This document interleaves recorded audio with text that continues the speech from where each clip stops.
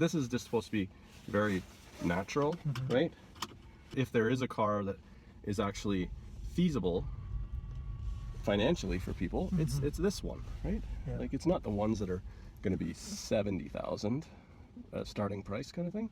It's the one that's going to be about 50, and it has like, you know, with a $500 or $600 a month payment, is comparable to like a Camry or something like that, Yeah, right? that's true. And then the cost of driving the vehicle is considerably less, because power doesn't cost as much as gasoline. No matter where power is coming from, it's usually considerably less.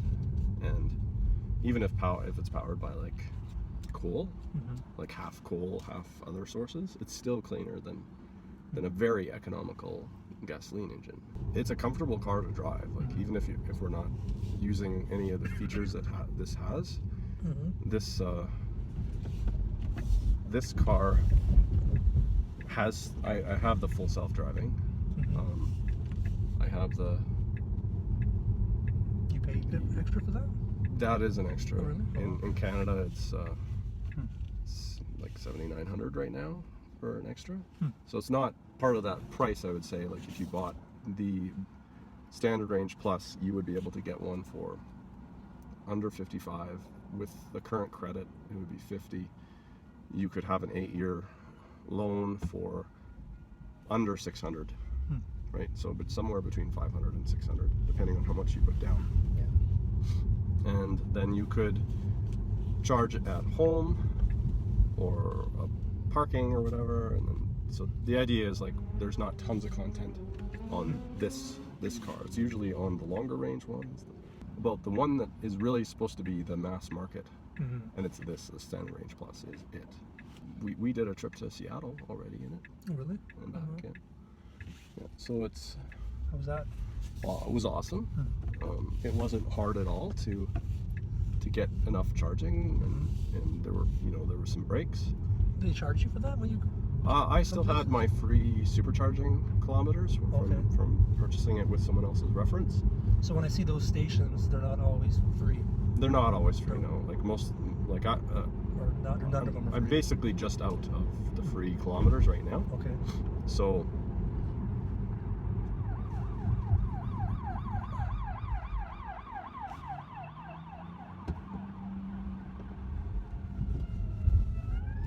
That.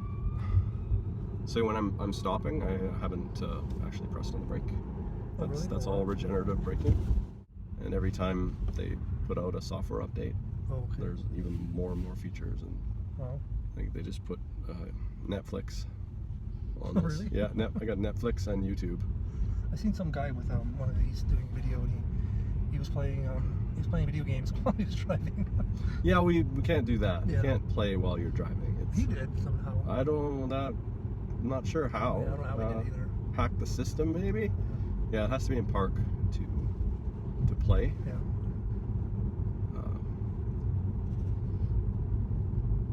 So they just released a big, huge update,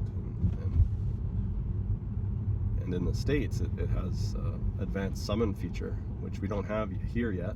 What's that mean? Well, it can, like, the car will come to you in the parking lot. Oh, okay. But right now, it's very much beta, so you pretty much have to be very careful about it and be watching it and everything. Yeah. I wouldn't do it in a very busy parking lot yet. Be waiting for a little bit before doing it then, but maybe an empty parking lot with a couple cars. Yeah. Because as soon as it's got a dead man switch, if you take it off, your thumb off it, go ahead. I'm so nice. That or I'm sick and super patient, I'm not sure. The lunch that we went to, it's down, it's a French restaurant that used to be a bicycle cafe. And it's called I forget the name now, but it's really good. Owned by these French people. It's like delish. Cool. And customer service was amazing. I was very impressed. So I showed him my the French guy the painting I did on Alpe d'Huez with my name and Renee's name, and he thought that was cool. The owner. It is the fastest car I've ever driven. Oh, really?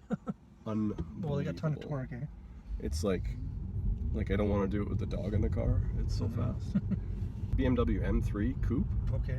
Off the line the first night, I did not realize I was just driving with Tim, and we blew him away, and we're like, oh, there's a we were just slowing down for the next light, and he was trying to keep up, couldn't keep up. I've been doing a lot of research as well about batteries and the way things are going. It is like it's the next big thing. So, but I don't want to be political either. It's like, I'm not going to tell people that they have to do this for reasons of saving the planet and stuff like that. More people will be able to afford to drive sooner than later, but it doesn't have to grow, you know, from 1 or 2% of all sales to 100% of sales overnight. It takes time for stuff like this to grow too. So this is my old stomping grounds. I lived over there. Yeah, 27th right. Avenue there. Yep. I went by there this morning actually. The house, the condo above me, was for sale, so I went up and took a little paper sign. Actually, Yeah. it was cheaper than I thought it would be. It was $575 Huh. for a 2 or 3 bedroom condo. Some people also price their stuff way higher than it should be. We're only doing 2 platforms. We're only doing a bit of Instagram, and then it will be like YouTube, totally YouTube. I want to tell people about this experience too, right? I don't want to do it in some way that it's like, you know, this car has a 386 kilometer range, but it's not a 386 kilometer range in true reality, because you rarely charge it up to 100%, right? That's if it was 100% and you drove it to 0. Yeah. So They don't drive to 0. no one drives to 0. So usable range might be, you know, from 90 to 10 or from 80 to 10, and that's kind of what I'm, you know, I'm going to talk about that. I have data to show what it is. We seem to average 85% efficiency.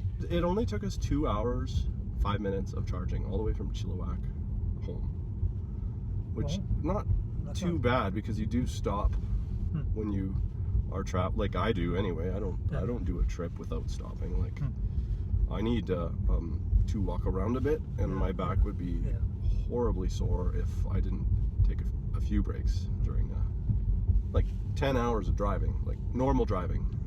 Speed limit, sometimes above the speed limit, like 10 kilometers above the speed limit max. Yeah. How long does it take to charge the car then? Depending on the supercharge and all Like that? the supercharger, it can go 20 to 60% in under 20 minutes, 20 to 80% in about 30, I think. Just depends on the situation. That's better. So she drives it? She's okay with it? Oh, she loves driving it. that's good. She just doesn't use any of like the autopilot or anything like that. Yeah. I do still find that she doesn't love some of the features, like, but for the autopilot on the highway, she did note how much more relaxed I was, because I'm paying attention and everything. I'm not driving sleeping or anything, and you can't. If you take your hand off the wheel, it starts bing, bing, bing, and all that. If your car is being charged and you leave it, and if somebody else needs it, they can pull beside you and move it? Well, Or they could if the cord was long enough, I guess. Oh, okay. But most of the cords aren't really long made for enough. the one, More and more parkades that are adding charging. Yeah. It's just that some of them are putting in pretty low power output. And one the other day I parked at was great, it's close to work, but the charging rate was not enough to get the charge back up to where I wanted it by the end of the day. So I would only be able to park there maybe if the car was at half charge, then it would get enough during the day. Head against the rest.